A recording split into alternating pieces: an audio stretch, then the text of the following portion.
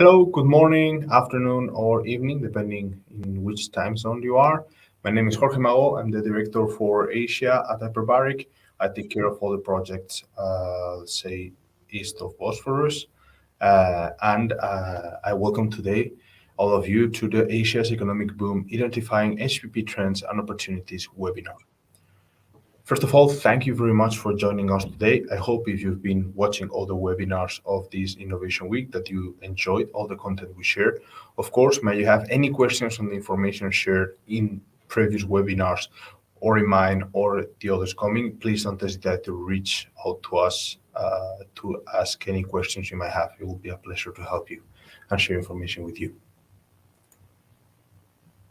First of all, allow me to introduce our company. Hyperbaric is highly specialized in high pressure processing. HPP, which is the application of high pressure processing for the food industry, has been the main driver of our company. And recently, we've developed technologies on the hydrogen sector and applications with the hot isostatic press for ceramics.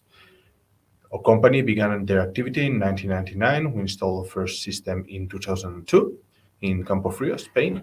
And currently, we have our headquarters in Burgos, north of Spain, where we have the main offices, the factory, the main after-sales office, also the main sales office, and we have a pilot plant where we welcome customers to do tests for developing the products or implementing HPP, and support from our team of PhDs, which includes over 5 PhDs across this office and Miami.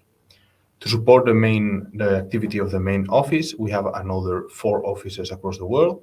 The first one was set in Miami, US. The second one was set in Mexico. And the third one is the one in Singapore, where I am based. Finally, we have a fourth one in Australia. So we cover all the time zones through different teams across these offices. And that has been a key component in our leadership in the HPP market, as we have over 70% of the market share in the market. That means that practically one out of 4 machines that you will see in the market are Hyperbaric, are made by Hyperbaric.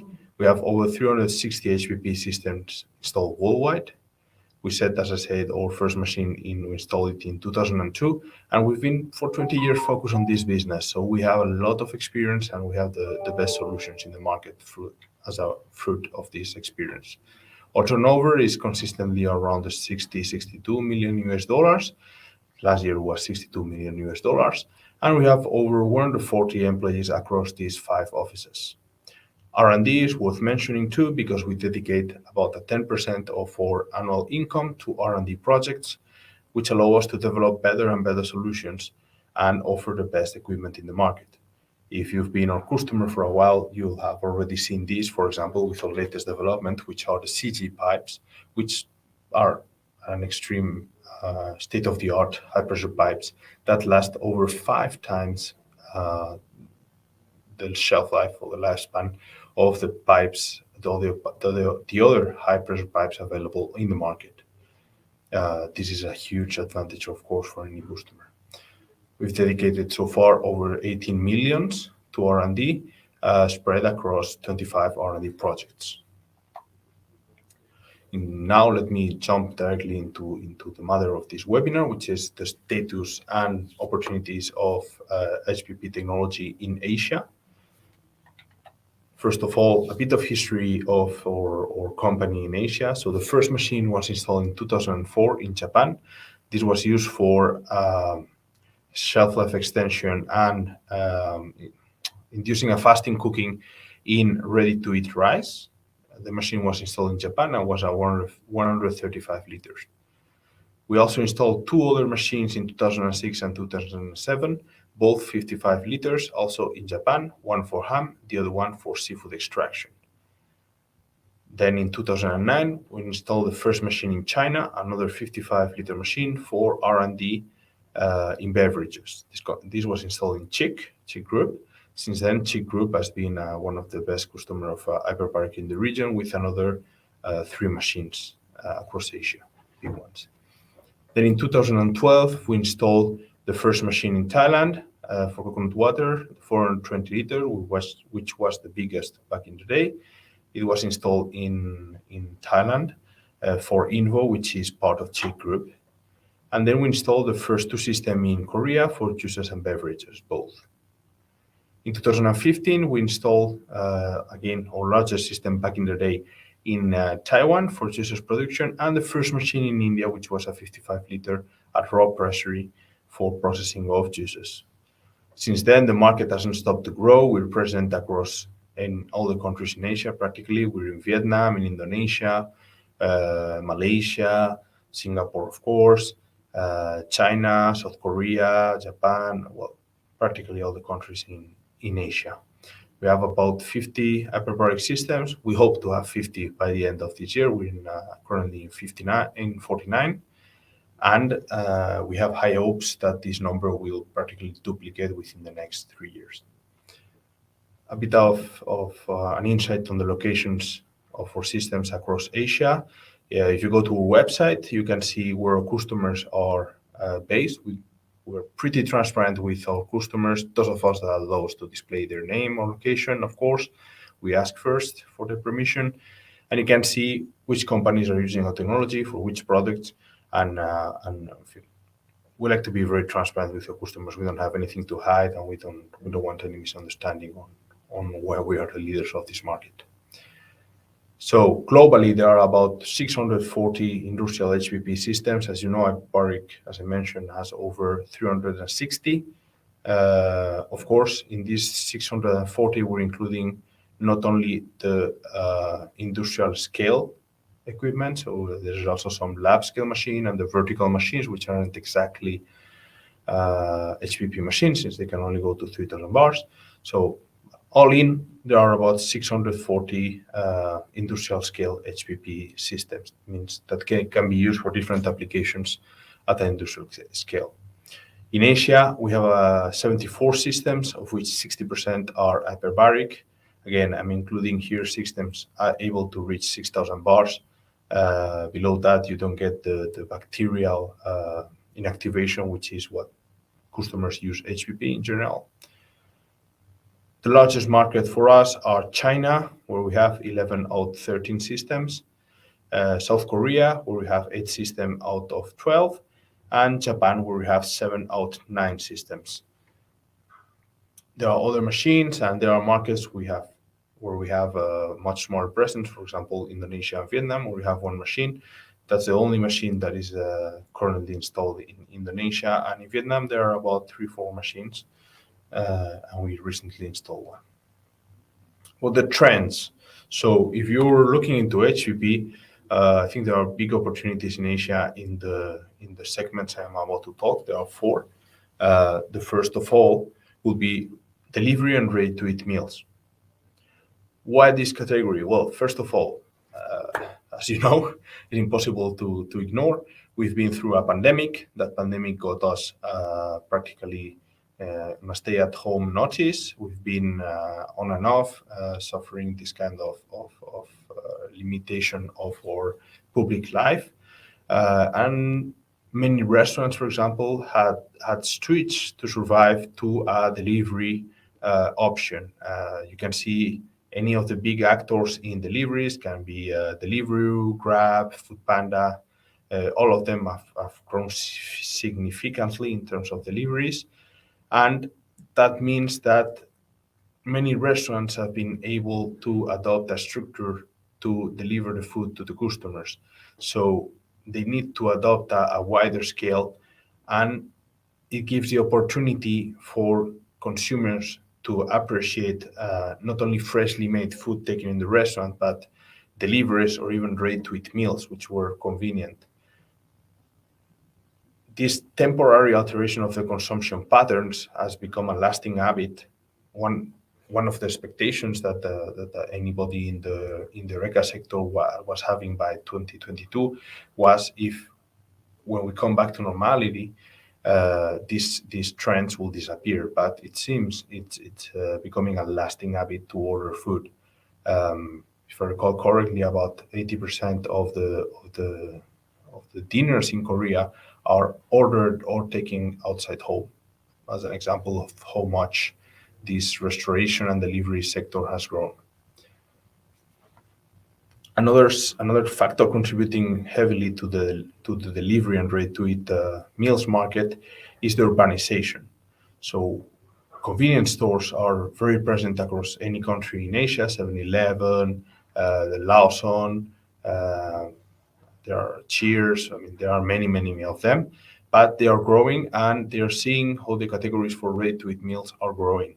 So that means that consumers, as part of the daily life, are getting used to grab lunch, for example, at these shops, which are cheaper than a restaurant. And thus, these shops need to be competitive through the quality and offer they make on the lunch and dinner options.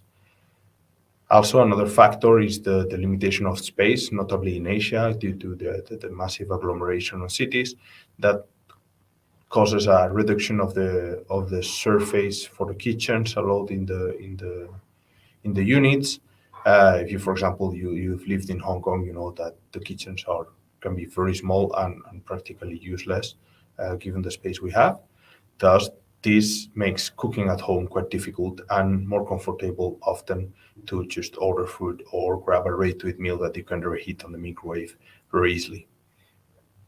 At the end, what has happened also is that these delivery companies have grown so much that they've been swallowing rivals through mergers.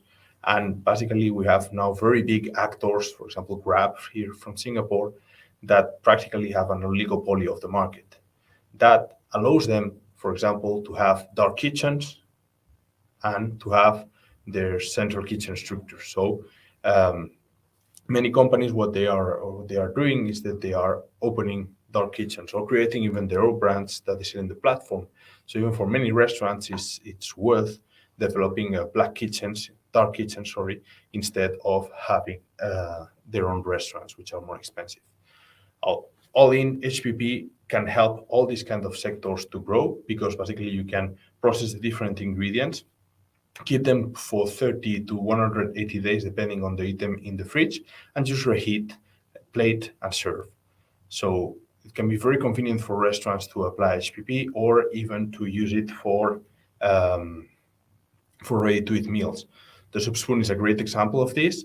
They're a chain of restaurants in Singapore that they're famous for the soups, as the name indicates, which are, I think, closer to gravies in the sense that they have chunks of meat and vegetables on them. And basically, they were the first company to adopt HPP for ready-to-eat meals in Singapore and Asia, began in 2016.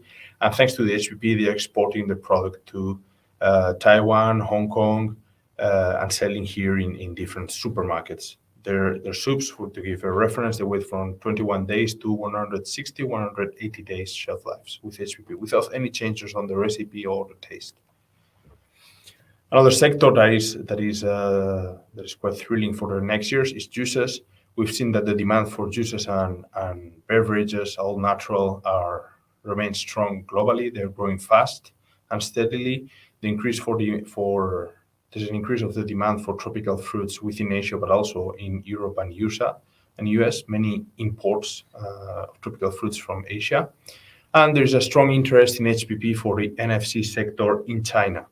Uh, if you know a bit the sector of juices in China, you'll see that in the last years, it has switched from concentrate to not from concentrate, so pure juice.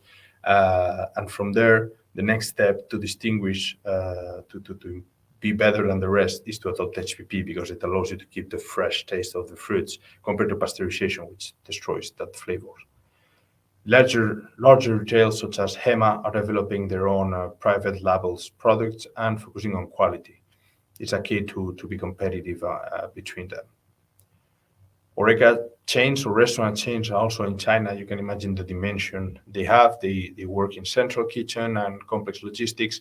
HPP can help them to process not only the items that they are going to serve in the restaurant, but also the beverages they will offer to the consumers. We also see the opportunity in cold brew coffee and cold brew tea, which are very strong categories here.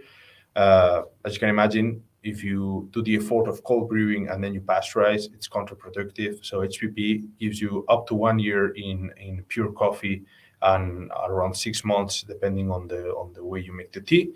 So basically, it can allow you to bring your cold brew to the supermarket, exports, or even growing very fast geographically. An example of a player using the technology for this will be Xiaomi in Taiwan. They are the first company to adopt HPP in Asia and began in 2012. They have four systems currently. So they have two in Taiwan, one in Vietnam, another in China, and they are a very big player in this sector. They also use the HPP to export products and sell products to other HPP players. Really, they are a big and innovative company that always looking for new opportunities out there. Rejuve is also worth mentioning. They're the first adopter of HPP in Indonesia. They adopt HPP because they have a very strict commitment towards health and nutritional quality of their products. Once they were convinced that HPP was the way to go for them, they implemented it in their structure, and that has allowed them to open hundreds of shops in Indonesia, export here to Singapore, and grow drastically in their sector without compromising their principles of offering healthy products, the healthiest products they can to the consumers. Another opportunity that is endemic to Asia is durian. I know in Europe now, it's Europe and the US is people are starting to hear about this fruit, but if you live in Asia, you know that this is a huge market opportunity, especially for exports to China, which is the main consumer and importer of these fruits. Of course, the local production is growing, but still they remain heavily dependent on imports from Indonesia, Vietnam, Thailand, and Malaysia, especially since Malaysia has the most appreciated varieties such as Musang King. It's a fruit that is very complex, it's very rich in flavors, it's quite unique. If you have never tried it, there's no way to describe it to you in a very precise manner. It's a fruit that is sweet and strong and bitter at the same time. It's really a very complex flavor profile. It's very sensible to heat, so you cannot pasteurize this product or destroy it. And typically present high bacterial loads, above 6 log. It's especially true in the case of Indonesian and Malaysian varieties because they are ripened. They are collected when they are more ripe. So, of course, they suffer more attack from birds and insects, and thus have higher counts. So you need something to clear this product and make sure it can pass the strict controls of the customs in China, which are really strict. If I'm correct, that up to 3 TPC account, total plate account, so really low. And basically, it's a product you cannot pasteurize because if you pasteurize, you'll destroy it like coconut water. Well, in the case of durian, even you'll destroy it even above the acceptance point. So basically, HPP is the only technology out there that can ensure the quality and safety of durian. So many customers in Malaysia and Singapore and also Thailand in a smaller quantity are using HPP to be sure that they meet the requirements of the Chinese customs to export the fruit to China, where the fruit is paid orders of magnitude above what is paid here in Malaysia, so you can make a much bigger profit.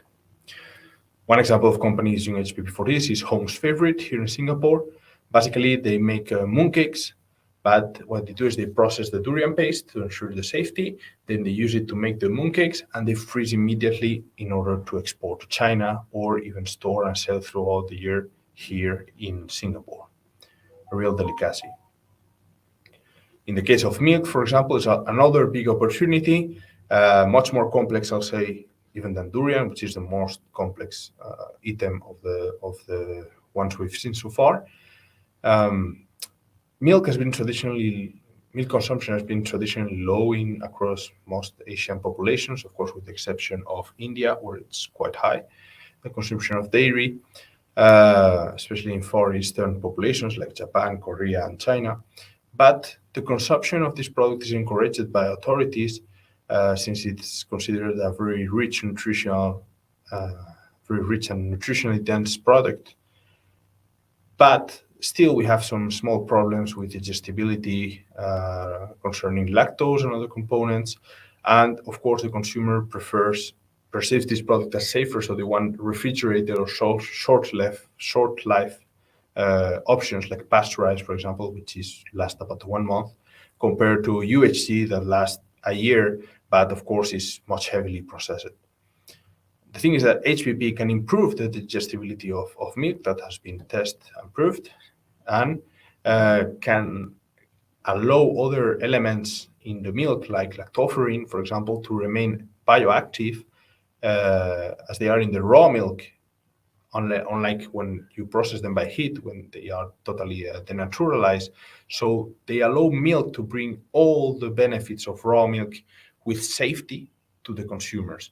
So really we see a big trend, for example, in China, because it has been set as one dairy consumption, has been set as one of the priorities of the government when promoting health, especially amongst children. And thus, HPP would allow not only to bring the calcium and all the macronutrients benefit of milk to the consumers, but to benefit from the growing hormones, the immunoglobulins, the lactoferrin, and all the good things that milk has to offer when raw that is destroyed by heat processing. So we think HPP is going to grow a lot in milk. The only thing is that milk is a complex product. Thus, you cannot, for example, extract the milk and process it days after. With the current technologies we have, you have to process the milk quite immediately and process it by HPP, and then you'll get about 1 month to 2 months shelf life. We really think this category will grow. There are some examples of companies in Australia and Mexico already doing it, but still the regulatory frame is pretty strict and generally forces milk producers to use heat. Finally, some examples of HPP products. Well, you have a lot of juices, as you can see here. You can see Homeground from New Zealand that is exporting here to Asia. You have Rejuve from Indonesia, Bless from Hong Kong, Second Nature from India.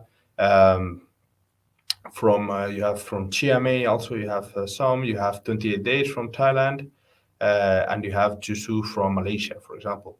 In ready-to-eat meals, well, all these products are from the Soup Spoon. They have these ready-to-eat trays that last about 30 days, and the soups, which are really, really good and convenient, that last about 150, 180 days. We also have some players doing baby food. Again, HPP allows to keep all the benefits of the ingredients you'll drop in the recipe, unlike heat. So we see a certain potential in baby food. The only complexity is that baby products are normally stable in the supermarkets, thus we'll need to create a new area for them in the supermarkets. So these companies normally sell online. Seafood also is a big opportunity, as we can apply HPP mainly to the extraction of seafood. So we can practically automate all the extraction of meat from oysters, bivalve, and so on. Basically, you load them in the HPP, process in about 3 minutes, and then with a tumbling belt, you can separate the shell from the meat, freeze the meat, and it's as good as fresh, and you're reducing the manpower intensive operation of opening and extracting the meat. Also, you can use it for lobsters. You can see in these products from 5 Degrés West in France that are being sold here in Singapore. You can use it to process the lobster, so the meat detaches from the shell. Lobster, crabs, as long as the shell is hard, you can use HPP. And basically, you recover the raw meat. You recover about 95% of the meat. So it's a human way of killing the animals, but also a very effective way to retrieve all the meat. Finally, allow me to introduce the dedicated website we've created for different markets in Asia. So we have a Japanese website, a Vietnamese site, also a Korean one, and a China one, which are translated to each language to make it more comfortable for speakers to access the information. And of course, if you're in any of these countries, you can reach us through this website. I will take care of your request, unless you prefer to talk with a native speaker, in which case we can and will be glad to put you in touch with our local partners in these markets. Finally, here you have my contact, my phone and email. May you have any questions arising from this presentation or want to know more, ask if your product will be processed by HPP, what benefits HPP can bring to you. There you have my contact. Please feel free to reach out to me. I try to answer immediately or within the day. Sometimes I am sorry I'm traveling or very busy. I promise I'll answer you within 48 hours. I'll try to my best. Thank you very much for your time and attention today, and have a great, again, day, afternoon, or evening, depending on your time zone. Bye bye.